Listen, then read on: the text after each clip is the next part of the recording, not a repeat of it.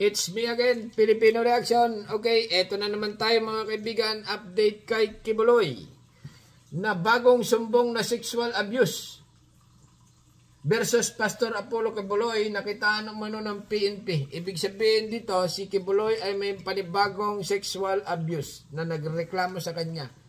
Rape or ginahasa niya. O, ito na. Bukod sa patong-patong na mga kaso, may mga bagong sumbong ng pang-aabuso laban kay Pastor Kibuloy. Ayan mga kaibigan, ha, panibago na ito, press na press. Okay, take 2. Bukod sa patong-patong na mga kaso, may mga bagong sumbong ng pang-aabuso laban kay Pastor Kibuloy na natanggap ang pulisya na nakitaan umano ng alarming pattern. Ang pinakabatang biktima, Naku. 12 taong gulang lamang. Naku, Diyos mio. 12 years old?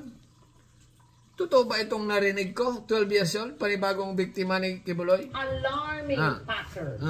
Ang pinakabatang biktima, 12 taong gulang lamang. Ay, 12 years old nga. Batang bata. Talaga naman ito si Pastor. Ay, malibog. Ibang klase mga kaibigan, ha?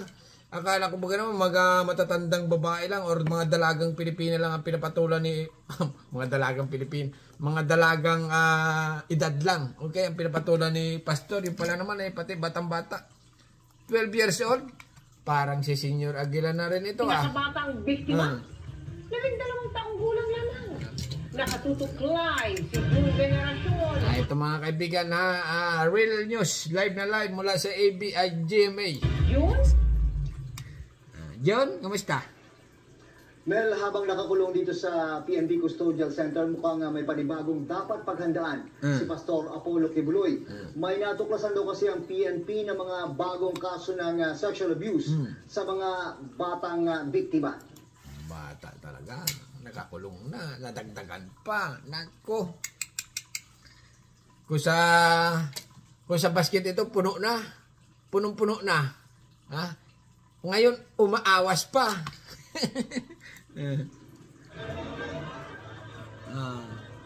Sa 16 na araw nilang operasyon sa Kingdom of Jesus Christ Compound sa Davao City, may mga natuklasan umano ang PNP ng mga bago at nakakaalarmang insidente ng sexual abuse na kinasangkutan umano ni Pastor Apollo Kibuloy. 12 anyos lang daw ang pinakabata sa mga biktima na mula umano sa piling grupo ng mga babae ng tawag ay pastoral o yung nasa inner circle daw ni Kibuloy. Ay, ganun. Ibig sabihin talaga yung pastoral, kung sa mga ano ito, kung sa Katolik ito, mga ano ito, madre. Okay, madre.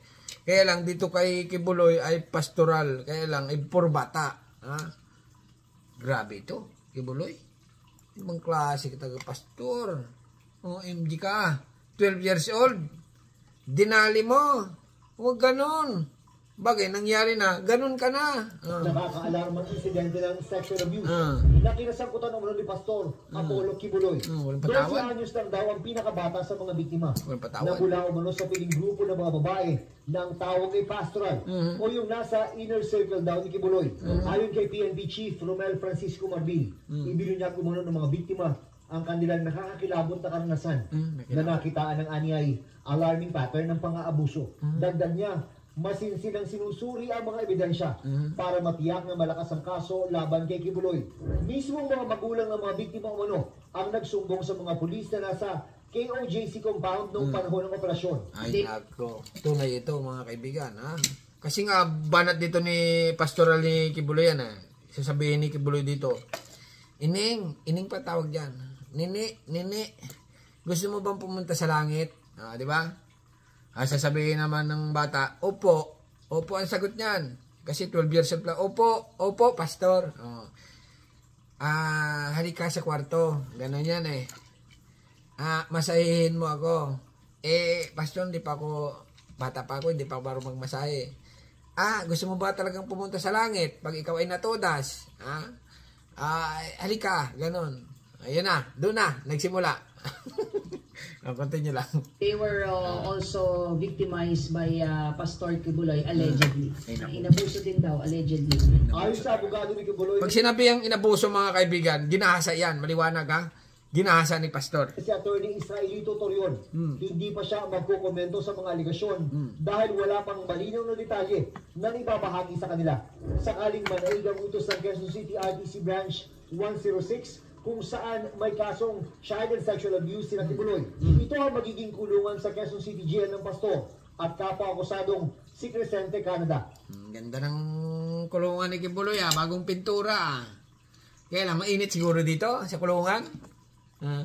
Kaya lang mayaman yan, baka palagyan ng aircon ni Kibuloy. Sa female dorm naman ikukulong sina Jacqueline Roy, Ingrid Canada, at Sylvia Simanes.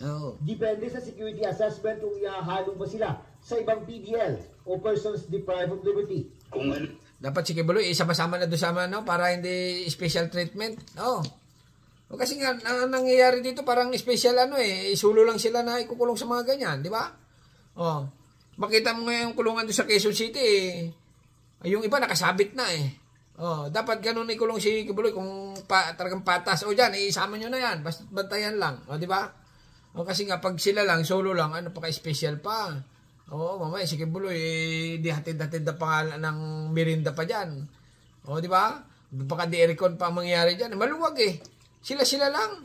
Baka sabihin naman nila, ay, special kasi si Kibuloy, most wanted dyan Dapat di ganun. Ay, pare-pares Pilipino, nagkasala sa batas. Dapat, shoot doon sa siksika ng mga mga preso. Yung mga nakasabit na, yung mga dikdika na. Alam niyo yan? Continue lang. Pero, yun ang pinakita nila, doon ikukulong si Kibuloy. Di wala tayong magagawa doon na. Ano ang treatment, how we classify, pagsiselda, treatment sa isang ordinaryong PDL, ganon din po sa kanya kasi ordinaryo PDL lang po din yan sa paningin ng BJ. Ay ganon, ordinaryo pala. Pasok niya na doon sa doon sa siksikan. Di ba? Yung mga snatcher diyan sa ordinaryo lang pala Bakit pumunta ka ng mga Quezon City, mga Maynila, Makati, yung mga siksikan dikdikan, yung pawisan na. Doon ipasok si Kibuloy parang pag talagang malaman niya ang kanyang ginawa. Okay? At pagsisihan niya. Kung yun ay magiging patas mga kaibigan. Kasi nga ang kulungan, napansin ko, inabuso din daw, allegedly. Ayon sa abogado ni Kibuloy na si Attorney Israelito Torion, hindi pa siya magkukomento sa mga aligasyon dahil wala pang malinaw na detalye na ibabahagi sa kanila. Sakaling manaig ang utos ng Quezon City RTC Branch 106 kung saan may kasong child and sexual abuse sina Kibuloy. Ito ang magiging kulungan sa Quezon City Jail ng Pastor. Maluwag yung kulungan ni Kibuloy. Ay maganda pa siguro ang CR nito at saka maganda pa yung tulugan. Baka mamaya dikotyon dyan si Kibuloy. Pero patas mga kaibigan, narinig naman natin sa balita na patas sa ordinaryong Pilipino na ikaw kung may kaso, ikukulong ka rin dyan sa mga ganyan. At kapwa-akusadong si Crescente, Canada. Sa female dorm naman ikukulong sina Jacqueline Roy, Ingrid Canada, at Sylvia Simanes. Depende sa security assessment kung ihahalo ba sila sa ibang PDL o persons deprived of liberty. Kung ano ang treatment, how we classify, pagsiselda, treatment sa isang ordinaryong PDL, ganon din po sa kanya kasi ordinaryo PDL lang po din yan. Ordinaryo na pala, pasok na yan. Ang gusto talaga ng kampo ni Kibuloy ay house arrest o mailipat siya sa kustudyerang AFP. Bagay na kinontra ng Defense Department. Daming alam mo Kibuloy, pa-request ka pa Tagal na tagal mong tumago. Ngayon, pa-request special boys. Ito, may pitang security protocol sa mga pasilidad ng AFP. Kaya hindi pwedeng gawing kulungan ng mga suspect na may kasong kriminal. Pinapawaya naman ng Justice Department sa korte kung pagbibigyan yan. As far as I remember, yung mga binibigyan ng house arrest, yung mga hindi nag-resist o kaya pumayag kagad na maaresto.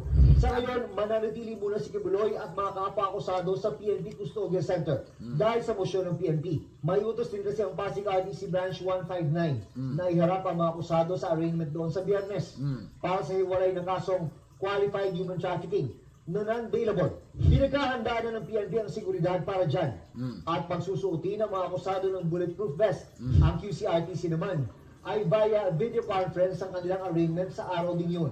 I'm sure some of their supporters would like to see them in person after their arrest, but these are, again, these are being considered in terms of laying down the security that will be implemented during the arraignment po. Bukod sa kanyang mga abogado ay nabisita na rin daw si Pastor Apollo Kibuloy dito sa PNP Custodial Center ng kanyang spiritual advisor. Maraming salamat sa iyo, June. Venerasyon. Ayan mga kaibigan ha, tapos na. Okay, maikli lang to. Si Kibuloy nga ay may panibagong kaso. Balik lang tayo dun sa naunang ano. May bagong sumbong na sexual abuse. Matindi talaga ito si Pastor. Matindi mga kaibigan. Mahirap paliwanag. Kayo nang bahala mag-comment. Okay, hanggang dito na lang. At subscribe my channel. Don't forget, comment. Bye-bye. Thank you.